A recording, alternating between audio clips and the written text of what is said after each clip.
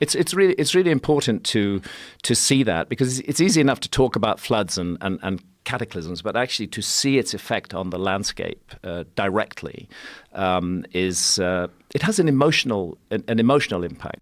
Graham Hancock. What they just discovered at the Grand Canyon shocks everyone. Our planet, as we know it, is one truly strange place. Not many are necessarily comfortable admitting it, but the truth is that there's much more to this earthly plane than we're willing to admit, and for many who've looked into it, the truth definitely is out there. Over the years, scientists and experts in different fields have given their lives toward finding the truth about our world and its secrets. These men and women have dedicated their lives and resources towards uncovering more mysteries about events that took place long before any of us were born, with a view of understanding the histories of our world and any possible secrets it might hold. Graham Hancock is one such man. With decades worth of experience, this historian and researcher has helped to uncover several interesting facts about our world, facts that many don't know, albeit by design. And even though he's faced considerable backlash for it, he continues to shed light on these secrets to help enlighten us. Recently, Graham began uncovering a new mystery, one surrounding the Grand Canyon and what could possibly lie in it. Join us in this video as we examine the new facts that Graham has pointed out, as well as the implications they might have for us as a species. Graham Hancock, explorer, researcher, outlier. If you're interested in the sciences and humanities, there's a possibility that you've heard about Graham Hancock, and if you haven't, well, that could also be by design. For years, he and several of his fellow researchers have faced considerable pushback for their views, with many in the mainstream scientific community calling their work pseudoscience. However, recent findings have begun to corroborate many of his findings, leading to more exposure as Graham now sees higher levels of credibility. So, who really is Graham? Born in Edinburgh, Scotland back in 1950, Graham is a man with a truly extensive resume. He began his educational adventure with a degree in sociology at England's prestigious Durham University, after which he ventured into a career in journalism. Graham's journalistic work saw him work with several top news stations and magazines, including The Times, The Independent, and The Guardian. He had a primary focus on international conflicts, and he ventured into several conflict-ridden regions, including Ethiopia and Rwanda, and at the same time he recorded several of his experiences and published them in books, with titles including 1989's Lords of Poverty and 1992's The Sign and the Seal. Despite a thriving career in journalism, however, Graham soon found himself drawn to the more mysterious parts of our world. Some believe that he was influenced by the stories of ancient ruins he had heard while visiting some ancient cities, but as Graham himself has said, he was also interested in history and anthropology. Soon enough, Graham began exploring his fascination with the unknown. Particularly, he looked to find connections between various archaeological, historical, and cross-cultural phenomena. He loved questioning conventional knowledge, and with a penchant for radical theories, he soon found his calling, exploring the secrets of our universe by making daring ventures in areas where many experts didn't want to go. Much of Graham's work has revolved around the belief that we can better understand our world by looking at its past, and by extension, have a clue of where our civilization is headed. And over time, he has posited that there have been advanced civilizations that ruled our world, but which eventually got lost due to some cataclysmic event or the other. Through several of his books, including 1995's Fingerprints of the Gods and 2015's Magicians of the Gods, the researcher has spun several narratives and theories, hoping to help us better understand our world and its many secrets. These books present a version of global history that's much different from what we're used to, one in which our world, as we know it, has been through several civilizations that were dominant and expansive. However, due to some world-ending event or the other, these civilizations, along with their technology, ancient texts, and other pieces of evidence that point to their existence, were lost to history. Graham also espouses a theory that many of the myths we've been told might not necessarily have been myths at all. Instead, he believes that they're stories of events that actually happened, albeit with a modification or two. And by following these myths, we can better understand the events they describe and find the truth about the origins of our planet. As you would imagine, many of Graham's theories have been incredibly controversial. Many in the mainstream scientific community have accused him and his colleagues of promoting pseudoscience, and some have even called for him to be excommunicated. Nevertheless, Graham's work continues to resonate with millions around the world, many of whom share his beliefs that the world is much stranger than it seems, as well as the fact that governments and the elites seem to be keeping a lot of secrets from us. It also helps that some of his theories about the origins of our world have been validated, and according to many of his fans, the fact that some of his work has been verified as credible means that we shouldn't necessarily overlook the others. The Grand Canyon's origins. As a person constantly looking to challenge the conventional knowledge of the world, Graham is always on the lookout for questions that need answers, and recently he appeared to have gotten a newfound fascination with the Grand Canyon. One of the most iconic landmarks in the United States, the Grand Canyon has always been a subject of curiosity for many. Sure, we all know how large it is and how it makes us feel so tiny, but besides that, there have been many who have looked to understand how the canyon even came to be, as well as possible activities that could have shaped its current form. The Grand Canyon as we know it is a monstrous site that has evolved over time. Much of its 277-mile-long and 18-mile-wide body have been shaped by the Colorado River, which has continued to carve it for decades now. And as a UNESCO World Heritage Site, the canyon continues to draw the wonder of many. No one really knows when the Grand Canyon was discovered. That being said, it has also served as a home for many civilizations and settlers, from the Native Americans known as the ancestral Pueblones to the Kohinana and the Sinagua. The Europeans eventually arrived on the scene sometime in the 15th century, and by the 18th century, American expansion covered the region as well. That said, some have posited that the earliest signs of human habitation in the Grand Canyon date as far back as 12,000 years ago, when Paleo-Indians most likely found a home here. In general, the base of the Grand Canyon contains ancient rocks that have undergone wear and tear for at least a few million years. Above this layer, you find different layers of sedimentary rocks that were shaped by rivers and other forces of nature. Researchers have been fascinated by this stark difference in layering for a long time, so much so that they even named it the Great Unconformity. So far, scientists have been looking to find more information about the Great Unconformity, as they believe it could shed more light on the history of the Grand Canyon and how it came to be. However, a few genius minds like Graham believe they might have cracked the code. According to Graham, the sharp contrast that we see in the underground structure of the Grand Canyon must have been caused by a massive extinction-level flood event.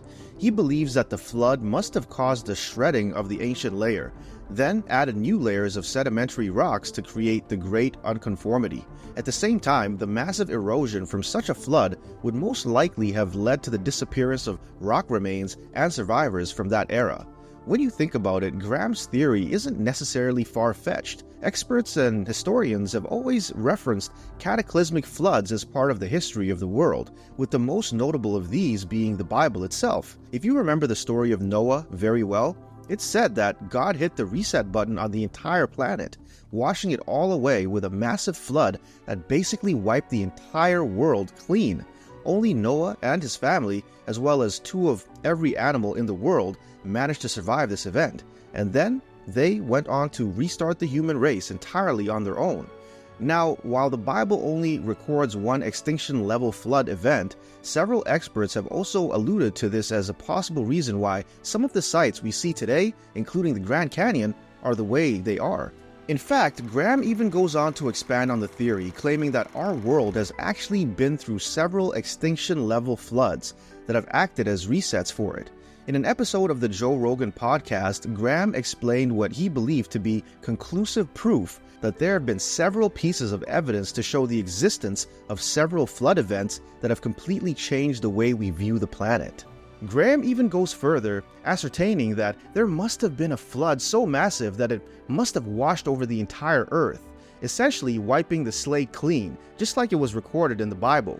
In fact, he even believes that the ancient flood must have been the reason for the destruction of Atlantis. Now, you might think Atlantis is no more than a myth or something, but researchers like Graham actually believe that it indeed existed. In a separate episode of Joe Rogan's podcast, Graham went deep into the topic of Atlantis. explaining that there's indeed historical evidence of this civilization existing. Of stories that people pass down from generation to generation that survived this time. Yeah, because we now know that at that time, between 12,800 and 11,600 years ago, truly global cataclysmic events involving rapid rises in sea level did occur, and suddenly the worldwide tradition of a global flood stops being just a myth and starts being a memory. Graham began this by sharing his theory that the current melting of the ice caps must have been what started the same great floods that washed over the entire planet. From there, Graham went on to discuss his theory about the origins of Atlantis. It's an incredibly important date because the Younger Dryas begins 12,800 years ago with a cataclysm, with a puzzling, mysterious rise in sea level at the same point. The last of the ice caps collapse into the sea. Sea level rises enormously.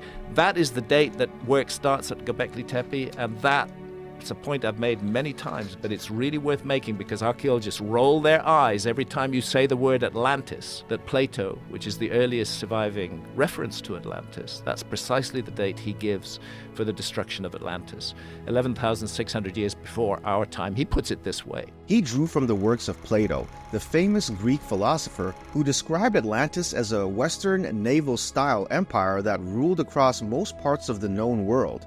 However, like many prominent civilizations, the people of Atlantis soon began to exhibit dangerous levels of hubris and arrogance, so much so that they failed to see the trajectory of the world, and when a cataclysmic event eventually occurred, they were completely caught unaware. Most people believe that the story was no more than just an analogy written by Plato to decry the effects of arrogance, especially in this scale. However, there have recently been signs to point to the fact that this civilization did indeed exist, and that the consequences of their hubris were as real as day. From Graham's point of view, this cataclysmic event must have been the same floods everyone's been talking about. To further illustrate his point, Graham shares some insights about Plato's work that references Atlantis and explains that it just might have been based on a real civilization that actually existed. That his ancestor Solon visited Egypt, and we know about that visit. It's historically recorded. That visit to Egypt was in 600 BC, and there Solon claimed to have been told by Egyptian priests about this great advanced civilization that once existed, but that angered the gods and was destroyed in an enormous flood. Well, do the math. That's in 600 BC. That's 9,000 years before 600 BC. We call that 9,600 BC. That's 11,600 years ago. That's exactly the date of the end of the Younger Dryas, and it's exactly the date of what is called Meltwater Pulse 1b. It's really weird that he picked a date that is precisely a date that coincides with the latest geological evidence on cataclysmic sea level rise at the end of the Ice Age. Graham goes further once more, claiming that the story of Atlantis isn't an outlier. In fact, it's just one of the many stories that reference a massive flood on a global scale, one that ended up affecting the development of the world and causing a massive do-over. The story of Atlantis is not alone. There are thousands of traditions from all around the world speaking of a global flood that destroyed a former civilization, that brought to an end a golden age. So how does this all tie into the Grand Canyon? Well, it's really simple. If the world actually did have a massive cataclysmic flood that changed landscapes, then it shouldn't be too far-fetched to believe that the current landscape of the Grand Canyon, complete with the Great Unconformity, could have been as a result of the flood's effects as well. Interestingly, this isn't the only thing about the Grand Canyon that has baffled Graham, as well as the entire world. As we're now aware, much of Graham's career has been focused on uncovering the truth about ancient civilizations that have existed and gone extinct long before humans even arrived on the scene.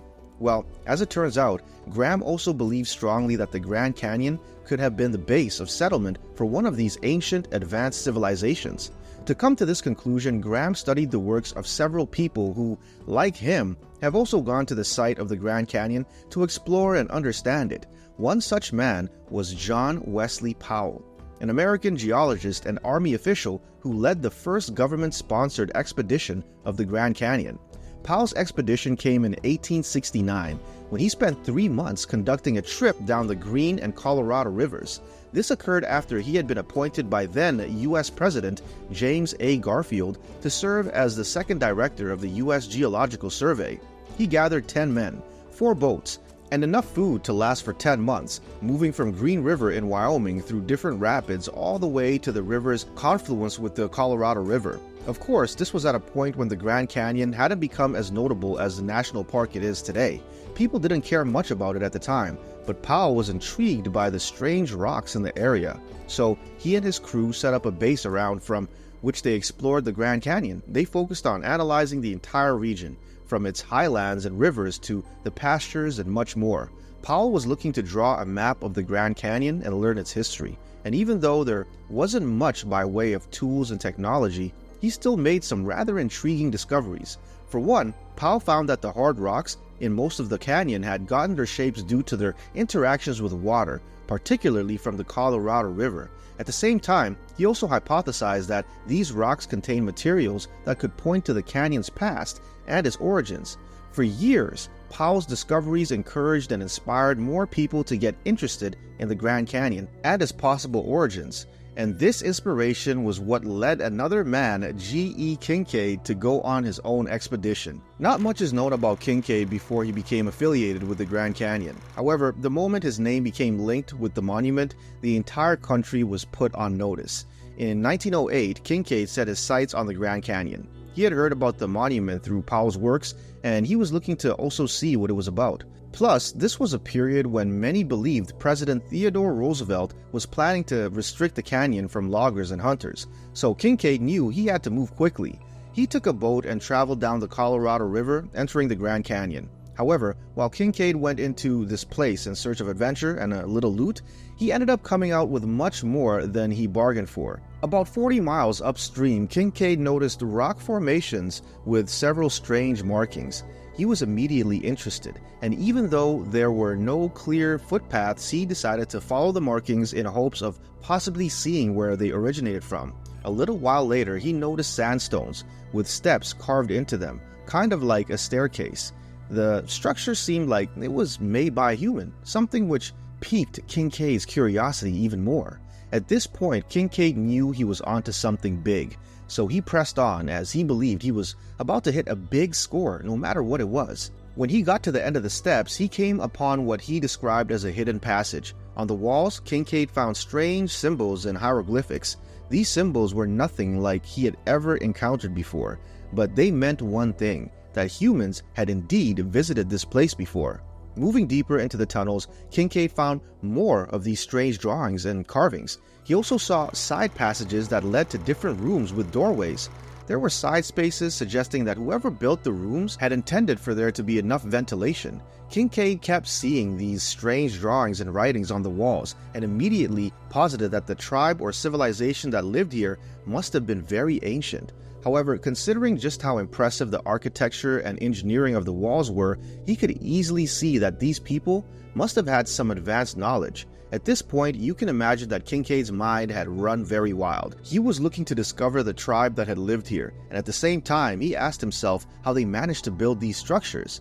To add to this, Kincaid was also said to have found items such as residues of primitive weapons, a sculpted idol, and several reflective stones. All of these only strengthened his belief that a tribe or civilization must have lived in this region. The only question now was to find clues as to who they were and what might have happened to them. Did the oldest Americans settle in the Grand Canyon? When Kincaid came out with his discovery, he was derided by just about everyone. He was called a crackpot who was simply looking for attention. And even to date, there are those within the scientific community who dispute the things he found. However, recent discoveries have shown that he was indeed right.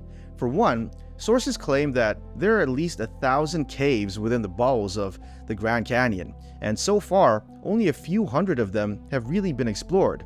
Together, the caves in the Grand Canyon constitute the largest cavern system in the United States, and the third largest in the entire world. Experts who've tried to date the caves have claimed that their formation began almost 350 million years ago, when the entirety of the southwestern United States was covered in the waters of an ancient sea. Over time, the bottom of the sea became layered, with the remains and shells of dead sea creatures helping to create a mud ooze rich in lime deposits. Eventually, the composite dried, forming the limestone bedrock that would go on to become the base of the caverns.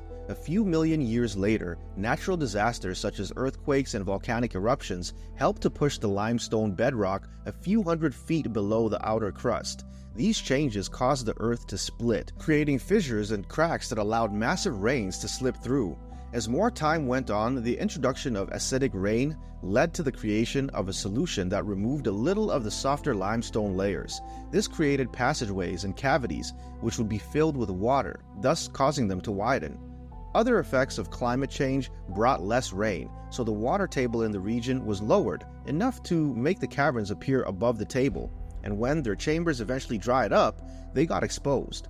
Over the course of the next few million years, the chambers dried up, exposing elaborate calcium carbonate deposits that eventually led to the formations that we now see in the caverns. Nevertheless, it's a popular belief that there could still have been human activity around this region that helped to catalyze the effects of nature. Experts have been exploring the possibility of humans actually existing in the United States at least a few 100,000 years ago. And if that's the case, it could very well mean that they also settled in the Grand Canyon. Graham himself has espoused the theory that humans existed in the United States long before we are made to believe. In one of his presentations, he challenged the conventional belief in the Clovis culture theory, which states that the earliest signs of human activity in the Americas were recorded about 13,000 years ago. The Cerruti Mastodon site is another extraordinary site. My God, I mean, those Clovis police are saying humans were only in America for 13,000 years ago. Here's a site that shows humans were in America 130,000 years ago. Once again, this was a notion that got a lot of pushback from many in the scientific community. Nevertheless, it hasn't stopped Graham from maintaining his stance that humans were indeed living in the United States for much longer than most of us might be willing to accept. In another episode of the Joe Rogan podcast, Graham reiterated his criticism of the Clovis culture theory, pointing out what he believed to be conclusive flaws in it. I have to say, archaeologists like to insult me by calling me a pseudoscientist. I can't think of anything more pseudoscientific than the Clovis First doctrine, which locked American archaeology for 50 years in a particular framework which we now know was totally wrong. Nothing good about it at all. A complete mistake. What I'm hoping the book will do in the long run is that it will lead to more attention being focused on the Americas. This is a very neglected area of the world as far as deep and ancient archaeology goes. The recent history of the Americas has been relatively well studied, but the deep and ancient history has not been well studied. And I think America is going to contain revelations for us about our story and about our past. And I'm serious when I suggest that America is the most plausible and the most likely home base. Graham went on to share his theory about a lost civilization being in America, pointing out that any civilization that inhabited the Earth must have had their base on a very large mass of land, not just some small island that wouldn't have been able to support them. He also added that despite ticking all these boxes, historians and anthropologists have generally left out the United States when considering the history of the world and early settlements. However, with experts now discovering what appeared to have been ancient Egyptian drawings in Alabama, this might be a good time to rethink what we know. Iran. It's kind of odd that we should find what is essentially the ancient Egyptian religion manifesting in the symbolism of Moundville, the ascent to Orion, the transit to the Milky Way, the journey along the Milky Way. These are very specific and idiosyncratic. What is odd about it is we find this system of ancient Egyptian ideas in Moundville 500 years after ancient Egypt has gone from the world. The Romans were the end of ancient Egypt. By 400 AD, ancient Egypt is gone. Moundville doesn't even exist then, but 600 years later, it is created and it manifests the entire set of ancient Egyptian ideas. Clearly, it did not get that as a result of direct transmission from ancient Egypt, unless they were time travelers. The only way I think it could have got it is as a result of a legacy passed down from a much earlier civilization that had been influenced and affected many different parts of the world. And the characteristics of that civilization, the shamanistic heart of it, the use of altered states of consciousness, the focus on those, are amongst the reasons that I would suggest that America is the place that we should be looking. At the end of the day, this isn't an outlandish thing to believe, and if there truly were humans in the United States back in ancient times, then there really isn't any reason why these humans couldn't have settled in the Grand Canyon as well. The Grand Canyon is one of the most majestic sights in the United States. Coincidentally, this means that it's also one of the most mysterious. And while there's much we still don't know about it, the work of experts like Graham Hancock will be critical in helping lift the veil from our eyes. What do you think though? Could there be more about the Grand Canyon that we're missing? Let us know in the comments.